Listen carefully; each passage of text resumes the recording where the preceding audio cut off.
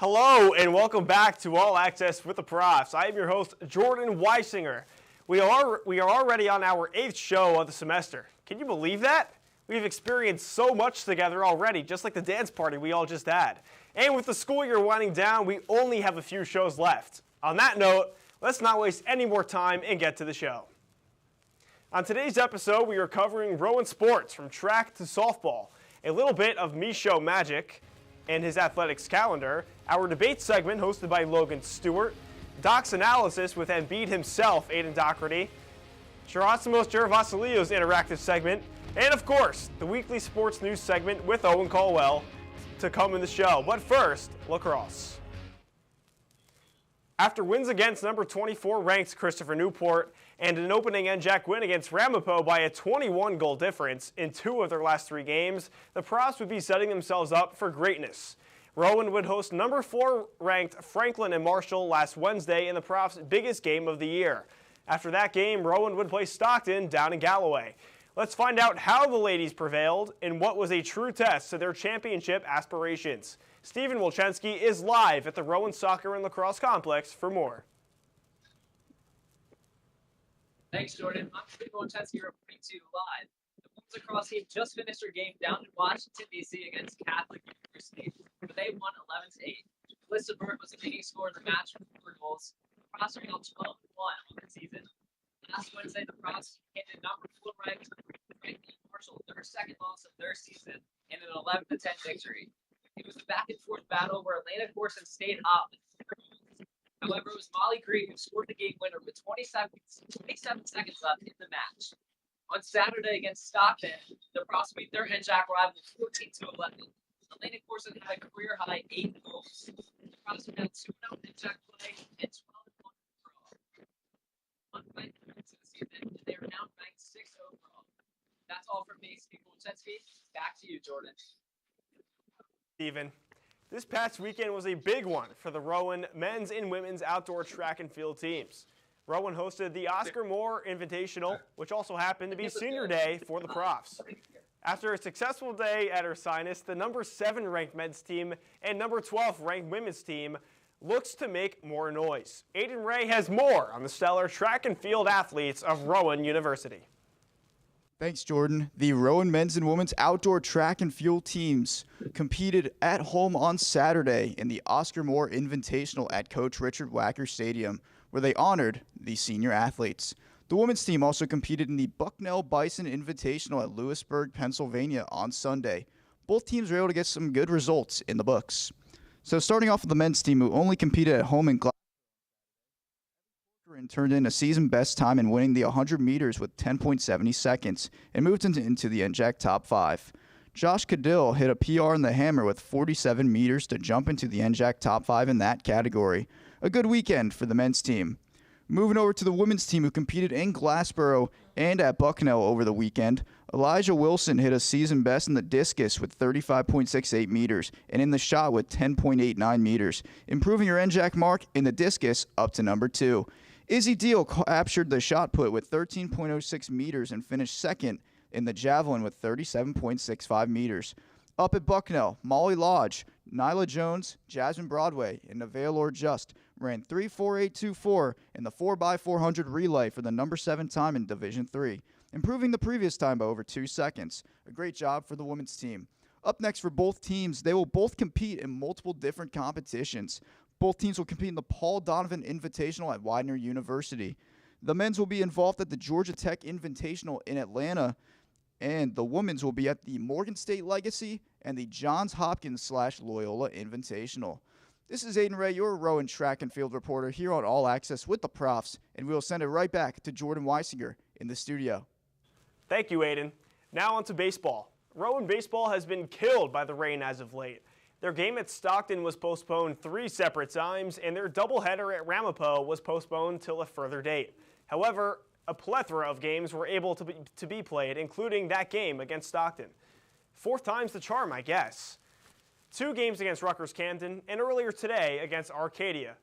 Connor McAndrew has more on the latest craziness of Rowan baseball. Thank you, Jordan. I'm Connor McAndrew, and the Rowan baseball team has been battling both opponents and elements with several games postponed due to last week's rough weather. The Profs now set at 18-8 after a tough 20-12 loss to Rutgers Camden on Monday afternoon. Rowan sent Mike Shannon, the reigning NJAC Pitcher of the Year, to the mound, but it turned into his toughest outing of the season. Shannon lasted just 2 innings, allowing 8 runs on 8 hits with 1 walk and 2 strikeouts, picking up his second loss of the year. Despite a 17-hit, 12-run effort from the offense, Rowan's season-high 8 errors proved costly after the game. Head coach Mike Dixon had a long post-game talk with his team to regroup ahead of a quick turnaround that reset worked. Earlier this afternoon, Rowan hosted Arcadia to enter the game at 21-9 on the season and delivered a statement 9-0 win. Stephen Mayers took the mound and was electric, tossing 7 shutout innings, allowing just 5 hits, 1 walk, and tying a season high with 7 strikeouts. The Profs backed him up with 8 hits and flawless defense, committing 0 errors. Now 19-8 on the season, Rowan looks ahead to a key NJAC home-and-home doubleheader with TCNJ.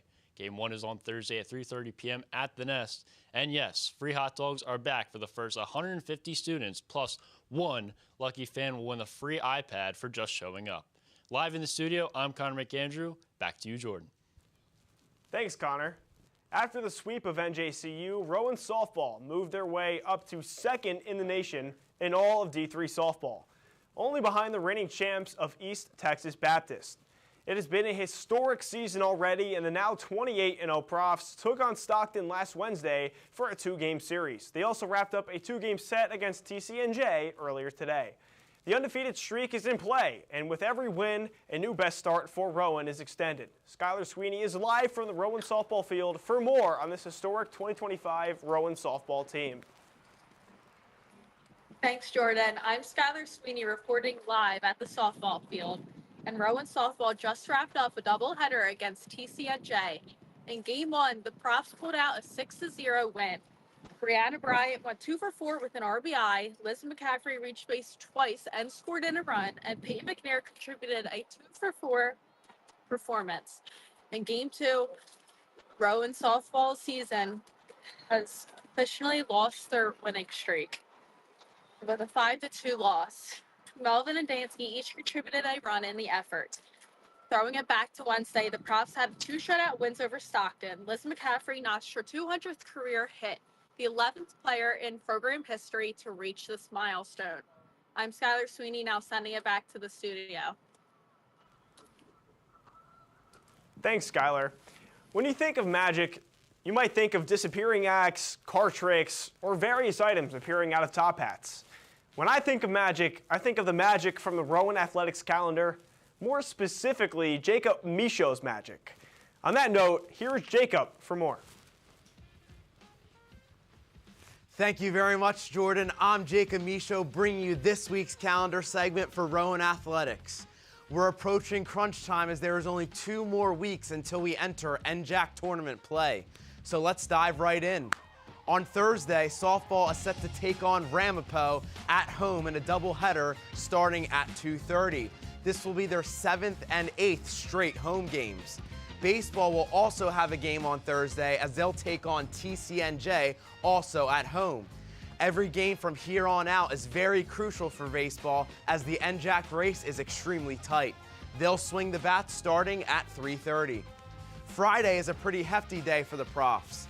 Men's and women's track and field will head for Widener to participate in the Paul Donahue Invitational beginning at 10 a.m. Softball will finally be back on the road for a doubleheader against NJAC opponent Rutgers Newark, and then which will take place at 1 and 3, and then baseball will be set for a second matchup against TCNJ, this time on the road. First pitch for the ladies will be at 1, as you just saw a second ago, and the men will get going at 3:30. And it's not truly a Saturday if it isn't packed with action. Men's and women's track and field will have day 2 of the Paul Donahue Invitational, but some of the women will also be in the Morgan State Legacy and the Johns Hopkins Loyola Invitational. As you can see right here, both of those will be in Maryland.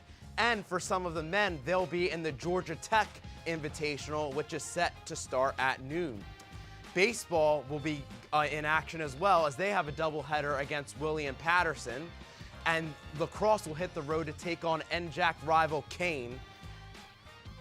And then and then lots of NJAC games here to be played, and therefore lots of opportunities to climb up in the standings. Speaking of baseball, they're going to have to get my seal approval for Game of the Week this week. Specifically, I'm looking forward to their 2 games against TCNJ. TCNJ currently holds the number 2 spot in the NJAC with an 8-2 record, but when it comes to conference play, you never know what can happen. With 2 wins or at least a split in this series, the Profs can give themselves a chance to stay in contention for a top 3 seed in the NJAC. These 2 games can also be a great way to set the tone for the rest of the week, as they'll have a total of 6 NJAC matchups to get through in this week alone. That is all you have from me this week on the calendar segment. Now I'm going to hand over to Logan Stewart and the debate team to continue the show. Take it away, guys. Thank you, Jacob. Welcome to the debate segment. I am Logan Stewart alongside Jake Clark, Shane Alexa, Leo West, and Micaiah Tinklenberg. And to start, we would like to apologize to the softball team for jinxing them this week. Our topic was, can they stay undefeated? But unfortunately, they just lost 10 minutes ago to TCNJ, as Skylar reported. So now the topic will be, can softball still win the national championship? Yes. Yes, they can, Logan. 1 loss is not going to hurt them. I mean, honestly, our argument was, will Rowan go undefeated? And I would have argued that too, just as hardly as I will this one. The Rowan softball team is second best in the country for a reason. They have proved time in and time out that they can get this done, and I think they will get it done this season. I don't disagree with you, Leo, not at all. But simply for the fact that I do not want to jinx it any further, I'm going to argue that they are not going to win. I do not want the blood on my hands there. Now that they have lost, they have shown the other teams that it is possible to beat them. Moving forward, there's a lot more pressure that's going to be on them. These teams are going to want to prove that they also can beat Rowan going forward. So it's going to be a tough game for the ladies for the rest of the season. Yeah, for me, I'm with McKay on this one. As you said, other teams kind of got the blueprint of how to beat them. Again, it's only 1 loss, but as Leo, as you said a couple weeks ago, you said actually, and I quote, baseball will have the better season, and now you think they're going to go undefeated. Yeah, I can flip-flop. Shane, it's impossible for them to go undefeated. I heard it. Are they going to win the national championship?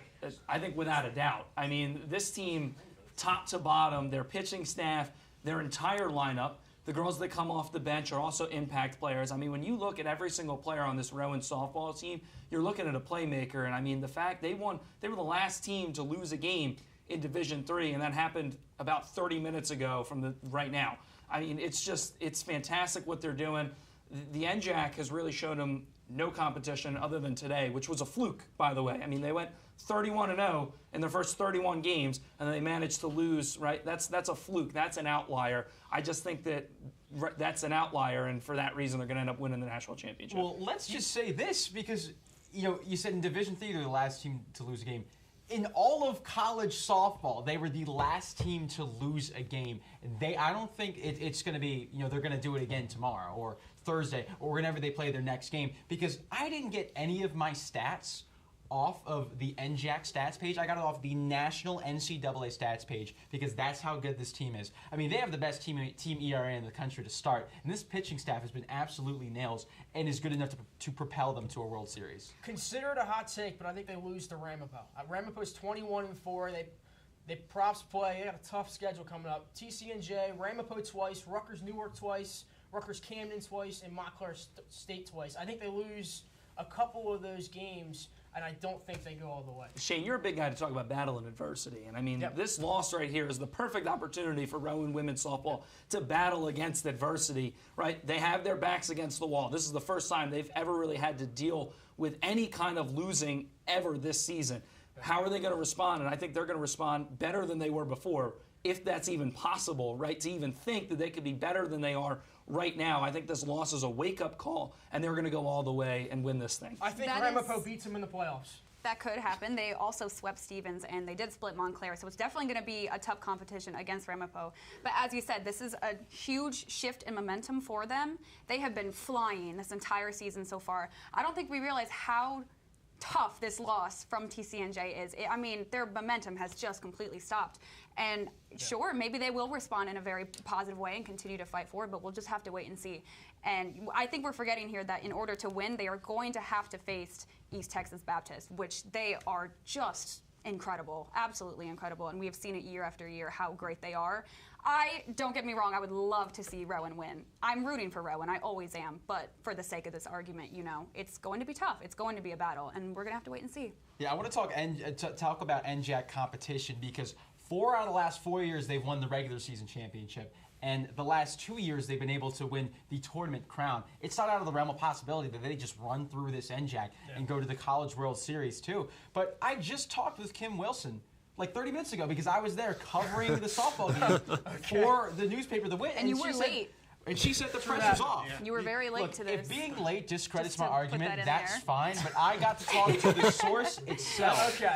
Yeah, that sure. they don't feel there's any pressure on them, and they're going to play without pressure the How rest can you of the say year there's going no forward. pressure when they have Kim a- Wilson they set have yourself. a- You're they going to have a- argue with no. Kim Wilson? They have a- No. You can't argue with Kim Wilson. Jake proved that point. You can't argue with Kim Wilson, and I don't want to do that any longer. So now Softball you're is a going Kim all Wilson the defender. way. They have Now a you're a target Kim on their Wilson back. defender. I will They be a have a Kim tar- Wilson defender. The target's off the back now that they lost. They have a target on their back, Because but one game? Yes, exactly. They have- I would they have have to from the disagree. source. They have a I target think on their the back. source puts that target back on their back. They If have a anything, target. it They makes have it a- bigger. they have a Everybody is gonna want to have a piece of Rowan now that they have proved that they are beatable. Everybody They can lose. Everybody wanted a piece of Rowan beforehand. Rowan has a Exactly. target on their Thank back every game they're going into Thank because you. they're so good. When you look at this lineup, there's not a single flaw in it. They I have don't 8 of their disagree. 9 hitters hitting over 300, and they all have 60-plus at-bats. That was before going into the TCNJ game. They also have 2 pitchers that are within the top 15, again, before the TCNJ series, that were in the top 15 of ERA. Emily McCutcheon entering that series was first in the nation in ERA, 0.33 in ERA. And that's your second starter. We talked about who's the ace. Riley Lutz is the ace. Your second starter leads the nation in ERA. There's Nobody no is saying way. the talent They're giving isn't you there. all the evidence, the point that they can do this. And you guys are sitting here and discrediting Hey, them. take And I will- one I will- game. Let's I will choose it say one one. game. I It just takes want one to game keep to win. it. It takes the main order. Before we wrap this thing up, the Profs are Takes one 16-0 in neutral site games, and that bodes well for the College World Series because they play. Where do they play? Neutral sites, all right? So they've got it done everywhere, and they will continue to get it done everywhere. Softball is the real deal, and I'm done arguing against them. That's all I'm going to It say. takes Yeah. one game. It takes one game. Yeah, and I mean, they did win 31 straight. I mean, it was kind of bound to happen at some point, I think. And it's a good thing that they got the undefeated record out of the way and they can just worry about postseason now I want to be throughout proven the rest wrong. of the here. season. Logan. I want to be proven wrong going forward. Yeah, hopefully softball can finish the story, and that'll do it for us on the debate segment this week. And now we're going to send it over to Aiden Doherty for Doc Analysis, who's going to break down lacrosse's upset overtime win over number 3 Franklin and Marshall. Take it away, Doc. Thanks, Logan. I'm Aiden Doherty back here with Doc's Analysis, and today we are going to dive into the Rowan women's lacrosse team picking up a big victory against third-ranked Franklin and Marshall. We got another good performance from junior Elena Corson, as well as heroics from another junior in Molly Green. Let's dive into it. The scoring starts off with Molly Green catching a pass in the middle in traffic and finishing. It ended a 10-minute drought to start the game at 1-0.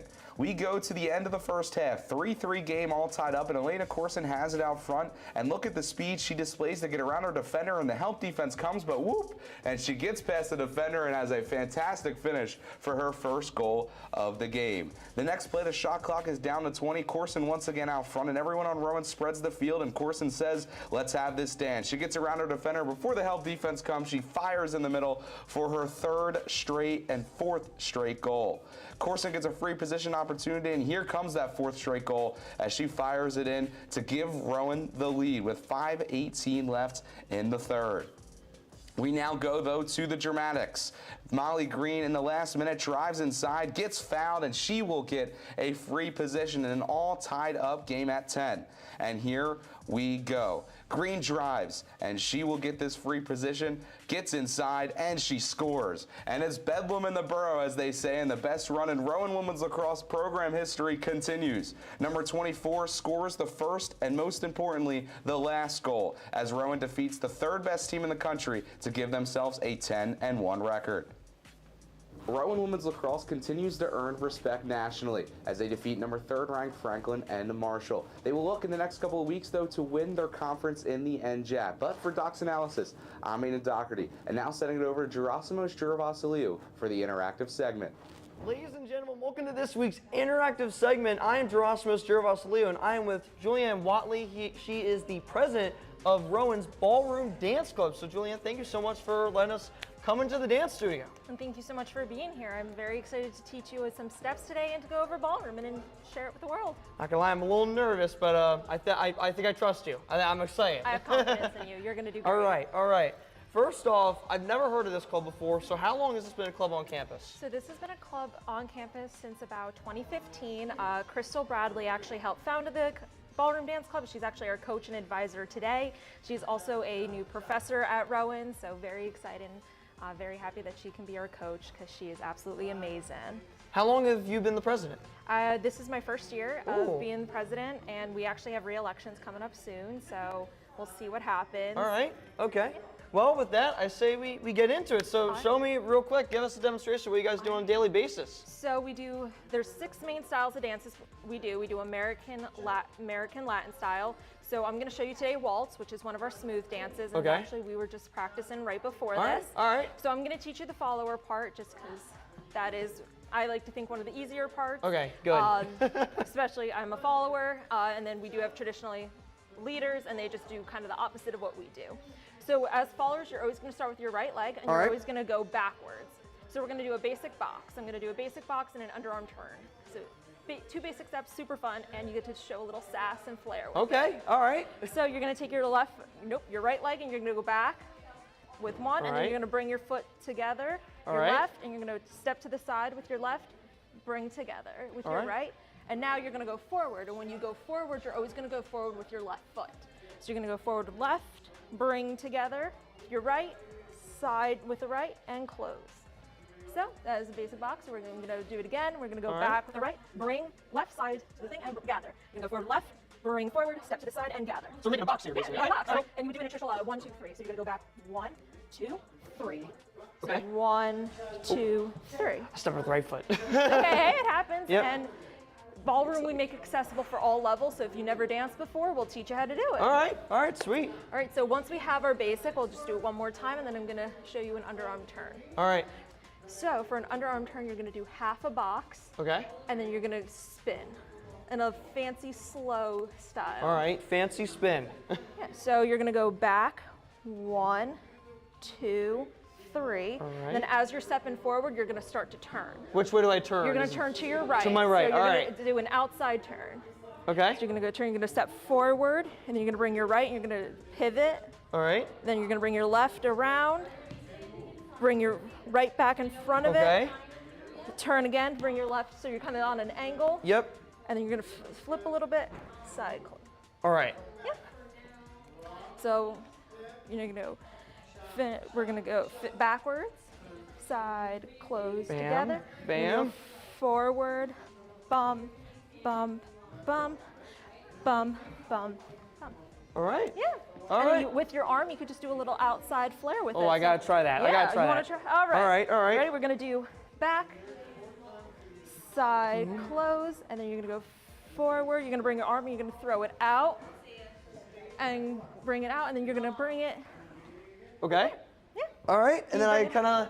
Yep, and then you side together. Okay. Yeah, that's your basic and your underarm turn. There you go. All right, I'm already a dancer. Yes.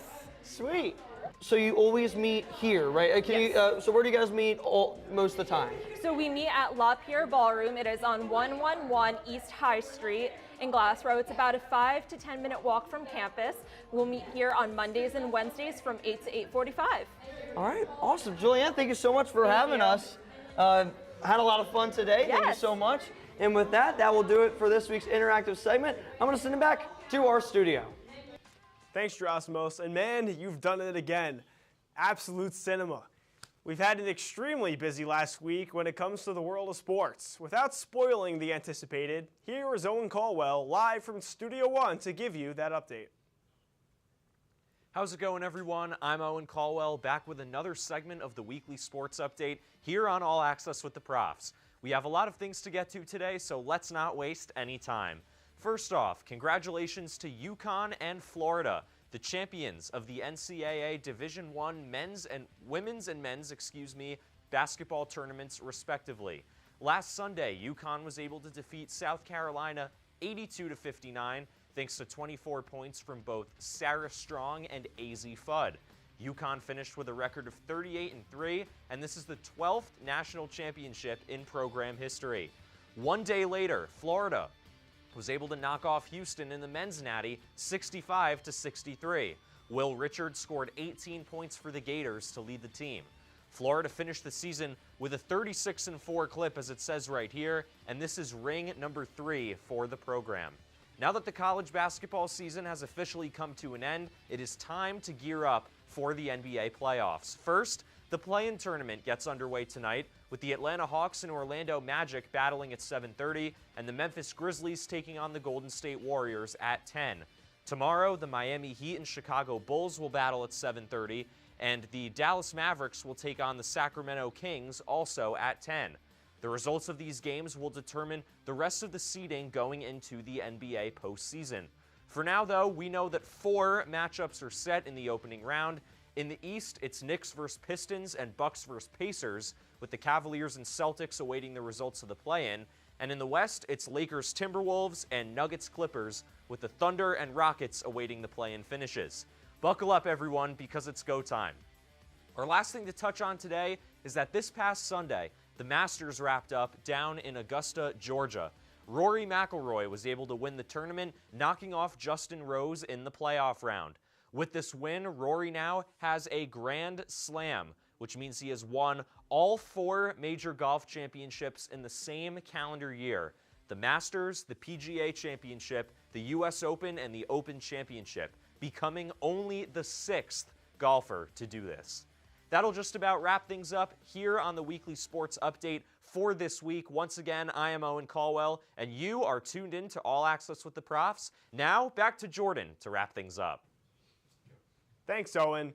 What a week in sports it was. I caught the end of the Masters, and wow, was it special. I mean, McIlroy's shot on hole 15 was just unreal. It essentially won him the Masters, and you'll have to tune in next week if you want to hear more from the professional sports world from Owen Caldwell. But in the meantime, that'll do it for today's episode. Thank you all for watching another episode of All Access with the Profs.